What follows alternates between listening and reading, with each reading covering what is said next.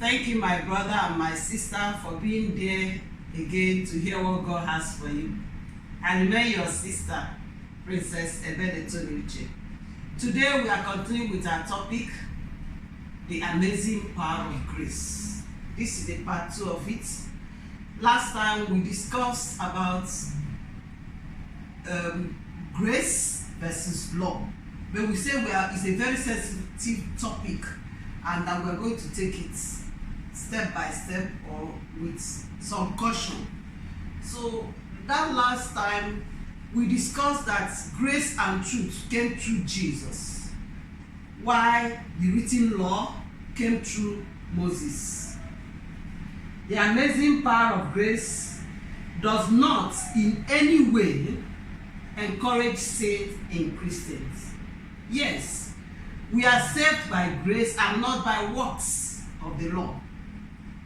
Yes, again, we have received God's righteousness through our Lord Jesus Christ.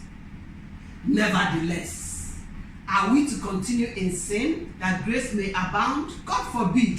How shall we that are dead to sin live any longer therein? So, do we, because we are not judged by the works of the law, continue to sin and crucify Christ a second time? Or are we going to yield our bodies as instruments of righteousness unto the Lord to bring the glory of God into this world? Now, put it in another way, in Romans 6:15. The other one was Romans 6:1-2. It says, shall we sin because we are no longer under the law, but under grace? God forbid. Know you not that to whom you yield your members to be servant to, or to whoever you obey, that person's servant you are, whether it's unto sin unto death or obedience unto righteousness. So when you are sinning, you are a servant to sin. And when you are doing righteous work, then you are a servant unto righteousness, which is a servant of God. Now put it in another way. This one is from Apostle John. We are just, of course, we know that from Romans we just read is Apostle Paul. Now in 1 John 3:7-10, is the Holy Spirit speaking through these apostles. He writes, little children, let no man deceive you. He that doeth righteous is righteous, even as he is righteous, as Christ is righteous. He that committeth sin is of the devil, for the devil sinned from the beginning. For this purpose the Son of God was manifested, that he might destroy the works of the devil. Whosoever is born of God does not commit sin. Underline it. Whosoever is born of God does not commit sin, for his seed remaineth in him. He has God's DNA. And he cannot sin because he is born of God. I give you permission to boast that you cannot sin. When I tell people I cannot sin, they think that I'm making empty boasts. But it is true. A lion's cub must be like a lion. You cannot claim to be a child of God and you are behaving like a child of the devil. It is not possible. Please pay attention. Good. In this, the children of God are manifest. I'm still reading. And the children of devil too. Whosoever that doeth righteous is of God, but he that doeth iniquities of the devil. If you are doing righteous, you are righteous. If you are doing evil, you are evil. Yes, we say that you have been clothed with the righteousness of God, purchased of Christ, our Lord. And this righteousness gives you access into the holiest of holies, the very presence of God, so that you, from there, you will receive mercy and grace to live a holy and righteous life. Because beyond being righteous, you need to be holy. Righteousness has been purchased for for you. Holiness is something you must work on. Yes, holiness, you work it through the word of God by the Holy Spirit. When you take your spiritual food morning and night, the Holy Spirit will use the word of God to make you like Christ.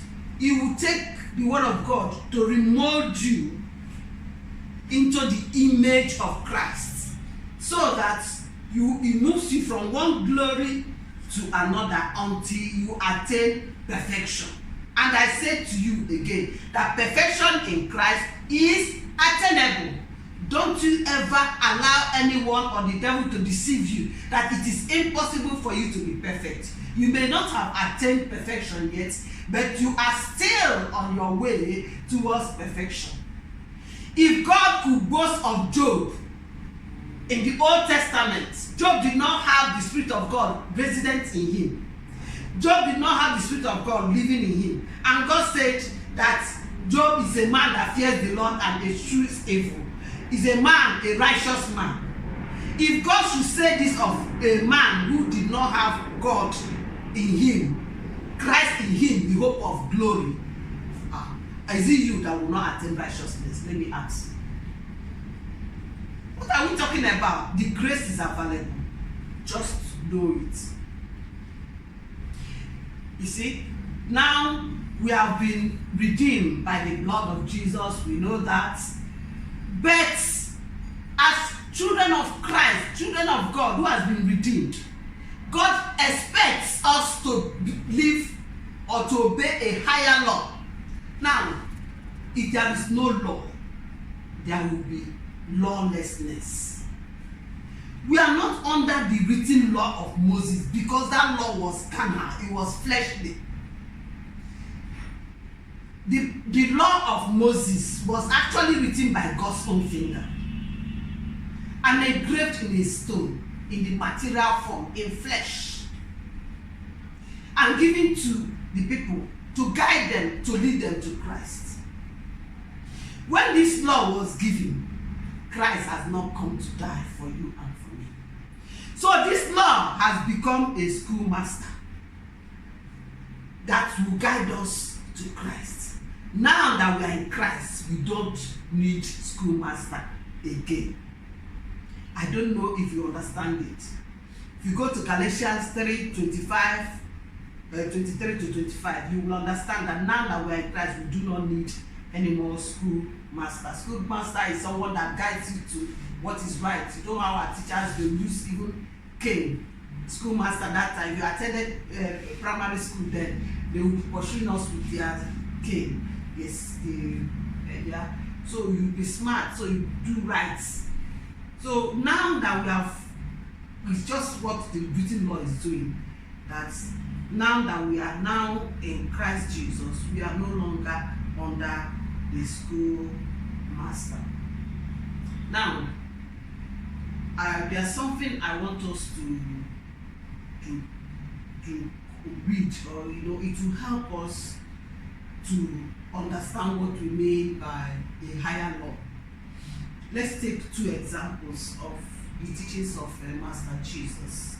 He said in Matthew 6:38 to 39, you have heard that it has been said, an eye for an eye and a tooth for a tooth. But whosoever shall smite thee on thy right cheek, turn to him your left also. And if a man should sue you and take away your coats, let him have your cloak also. And whosoever shall compel you to go a mile, go with him too. Now, you see, in the law of Moses, the written law, it is said retaliation was okay.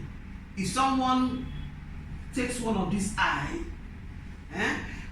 go and collect his own eye. So equal. I do you no harm. They do like restitution. Maybe you took the person's goat, then you have to pay with another goat. In fact, most times you have to restitution, pay with a better goat or something more. So when they say an eye for an eye, a tooth for a tooth, meaning you do me, I do you, God no go vex. But in the higher law, the law of Christ, the law of the Spirit of Christ, of the Spirit of life in Christ Jesus, a superior law, the law under which the indomitable genius operates, the law of the Spirit. Under that law, there is no room for retaliation.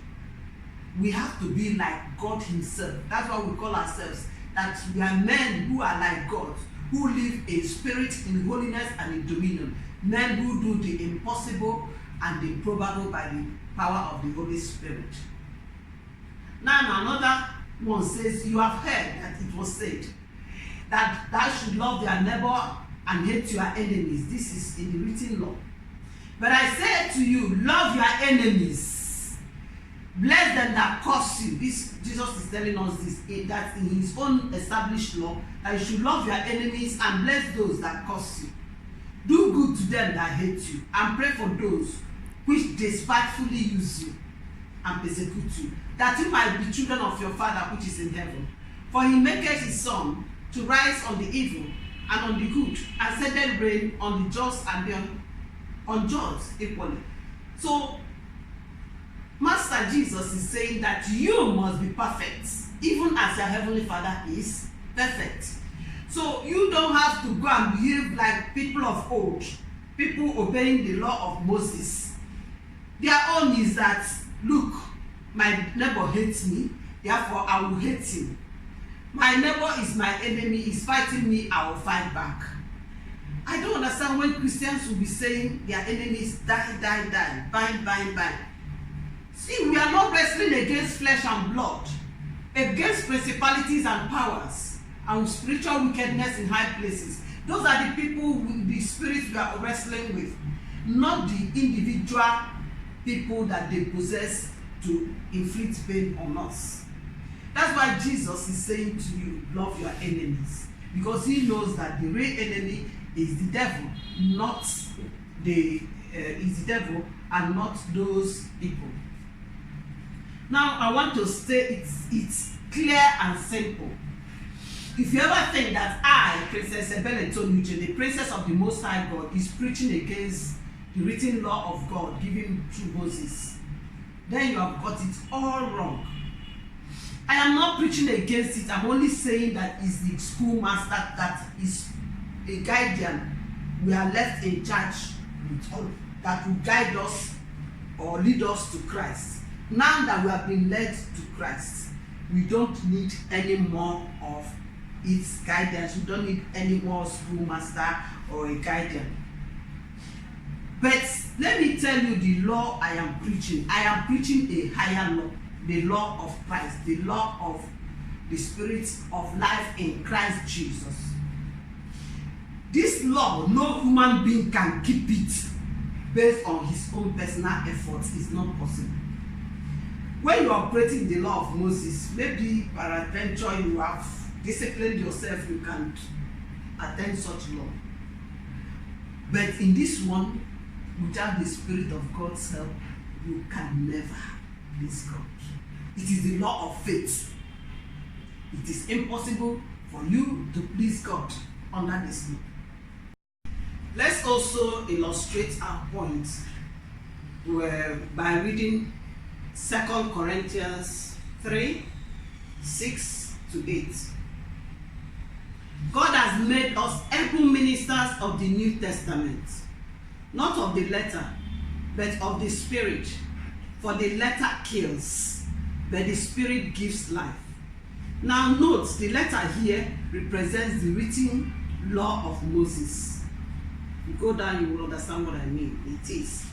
And the Spirit represents the law of the Spirit.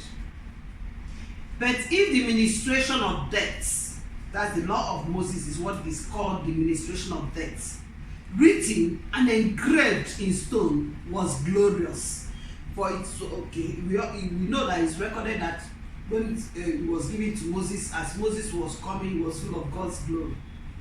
So that the children of Israel could not steadfastly behold the face of Moses, for the glory of his countenance, which glory was to be done away.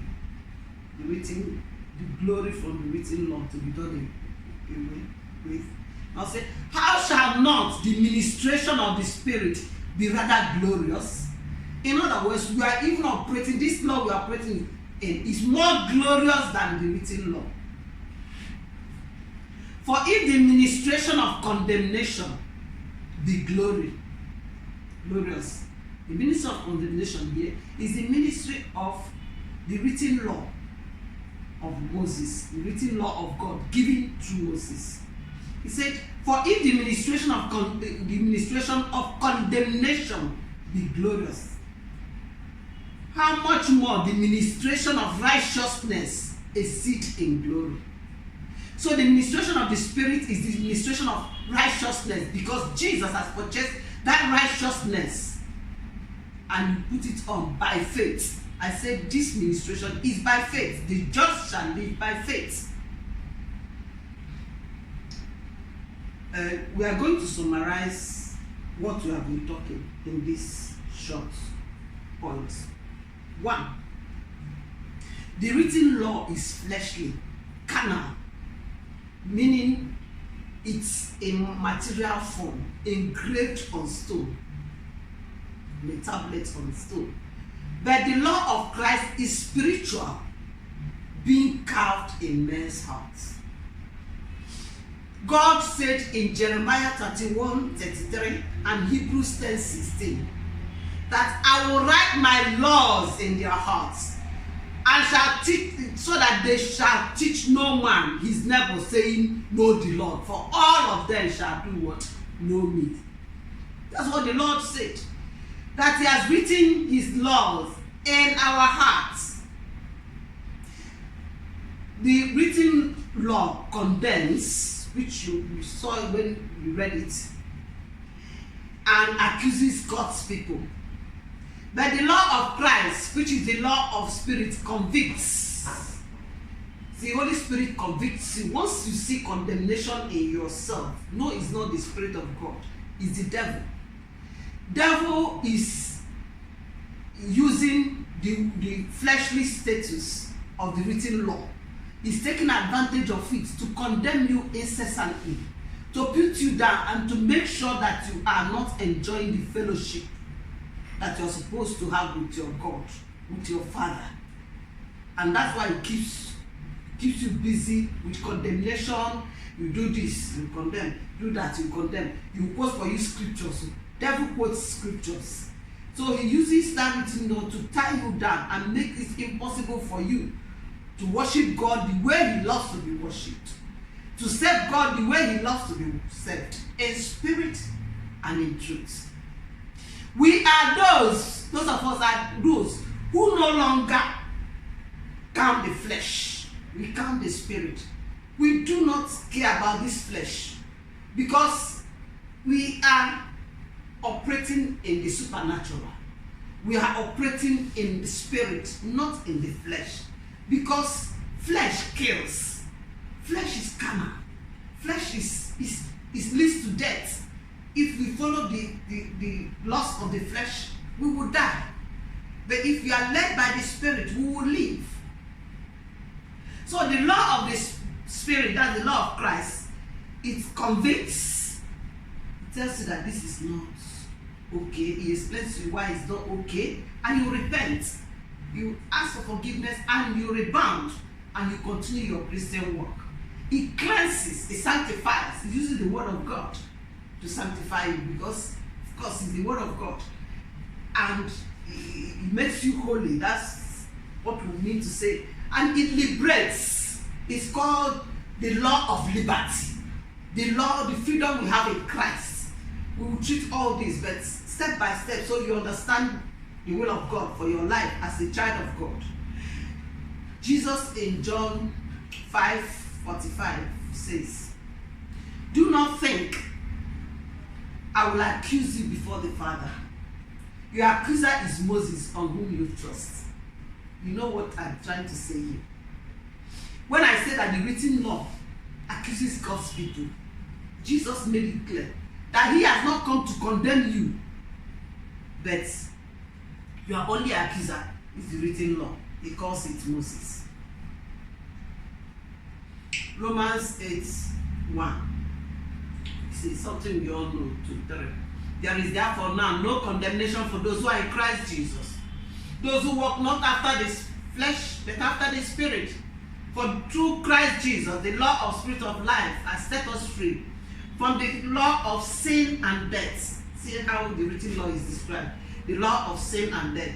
For what the written law could not do, because it was fleshly, carnal, God did by sending his own Son to be a sin offering, to die for you and for me. Brethren, how amazing. Are you ready to start? Are you ready to begin a life in spirit, in holiness, and in dominion? Are you ready to live by faith? Join us, and the Lord will strengthen you. In Jesus' name, amen.